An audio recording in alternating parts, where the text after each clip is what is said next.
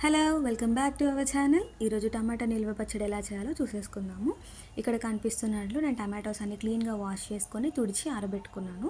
అవన్నీ సన్నగా కట్ చేసుకొని నేనైతే చిన్న టీ గ్లాస్ కొలతతో పెడుతున్నాను. మీరు కూడా ఈ కొలతతోని మెజర్ చేసుకొని ట్రై చేయండి. సో నాకైతే ఇక్కడ టమాటోస్ అన్నీ కూడా 10 గ్లాసెస్ వరకు టమాటోస్ అయితే వచ్చాయి.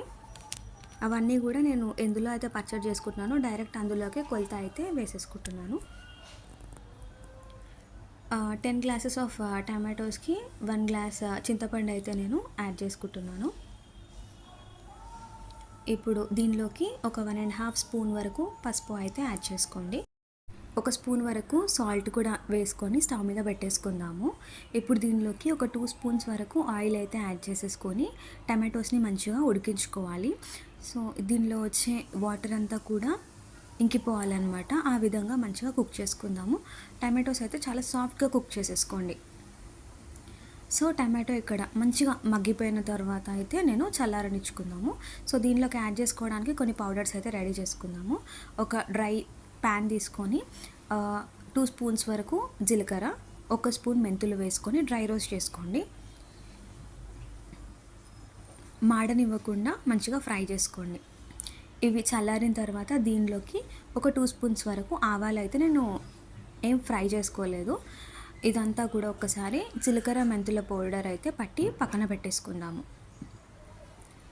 ఇప్పుడు చల్లార్చుకున్న టమాటో పేస్ట్ ఉంది కదా, అదంతా కూడా వేసుకొని మెత్తని పేస్ట్ లాగా అయితే మనము మిక్సీ పట్టుకుందాము. ఇప్పుడు దానిలోకి ఒక టీ గ్లాస్ ఫుల్ ఆఫ్ కారం అయితే వేసుకుంటున్నాను. అండ్ టీ గ్లాస్కి కొద్దిగా తక్కువ సాల్ట్ వేసుకుంటున్నాను. మా కారం అయితే కొంచెం స్పైస్ లెవెల్ ఎక్కువ ఉంది. సేమ్ టీ గ్లాస్తోని వెల్లుల్లిపాయలు అయితే పేస్ట్ చేసి నేను పక్కన పెట్టుకుంటున్నాను. సో ఇందాక మిక్సీ పట్టుకున్న టమాటో పేస్ట్ ఉంది కదా, దానిలోకి జీలకర్ర మెంతులు ఆవాల పౌడర్ అయితే వేసుకొని మంచిగా మిక్స్ చేసుకుందాము. ఇప్పుడు దీనికైతే పోపు పెట్టేసుకుందాము, తాలింపు పెట్టుకుందాము. So same 1 glass of oil అయితే నేను యాడ్ చేసుకుంటున్నాను. ఆయిల్ అయితే కొంచెం హీట్ అవనిచ్చుకుందాము.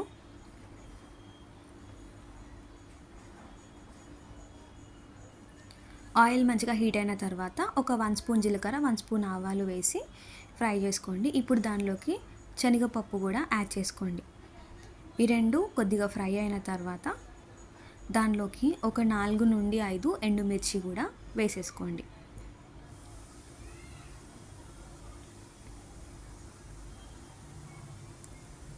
ఇవన్నీ మంచిగా మిక్స్ చేసిన తర్వాత దీనిలోకి కరివేపాకు కూడా యాడ్ చేసుకుందాము. మంచిగా కడిగి తుడిచి పెట్టుకున్న కరివేపాకు అన్నమాట, తడి లేకుండా ఉండాలి.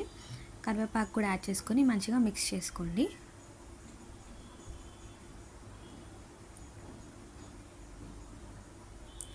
ఇప్పుడు నూనె చల్లారుతుంది కదా, సో చల్లారిన తర్వాత దానిలోని వెల్లుల్లిపాయ పేస్ట్ ప్రిపేర్ చేసుకున్నాం కదా, అది వేసుకోవాలి. ఆ క్లిప్ అయితే మిస్ అయింది. సో ఇప్పుడు మనము పక్కన పెట్టుకున్న టమాటో పేస్ట్లో ఈ తాలింపు అంతా కూడా వేసి మంచిగా మిక్స్ చేసుకుందాం.